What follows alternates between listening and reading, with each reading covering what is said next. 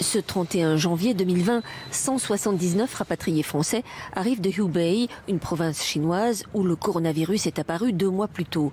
Ils sont placés en quarantaine ici, dans ce centre de vacances à Carry-le-Rouet. Ce virus inconnu commence à susciter quelques craintes. C'est un virus, on ne sait pas d'où ça vient, on ne sait pas comment y remédier, surtout. 8 février, un premier foyer de contagion est détecté en Haute-Savoie. Le mot cluster apparaît. 10 jours plus tard, un deuxième cluster est identifié ici à Mulhouse à l'occasion d'un rassemblement évangélique. Un premier conseil de défense et de sécurité consacré à l'épidémie se tient à l'Élysée le 9 février. Le plan blanc est déclenché dans les hôpitaux afin de gérer l'afflux de patients. Le 12 mars, Emmanuel Macron annonce des mesures de confinement national. Les écoles, les collèges, les lycées et les universités seront fermées. Le télétravail est privilégié dans les entreprises. Un mécanisme de chômage partiel et d'indemnisation des salariés est mis en place.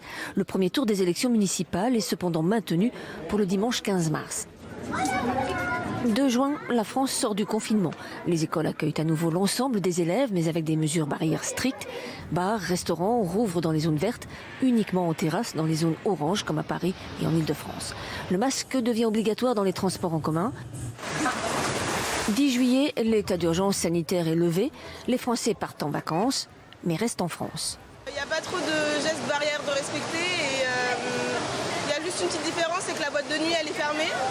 Fin août, les chiffres des contaminations et des hospitalisations repartent à la hausse.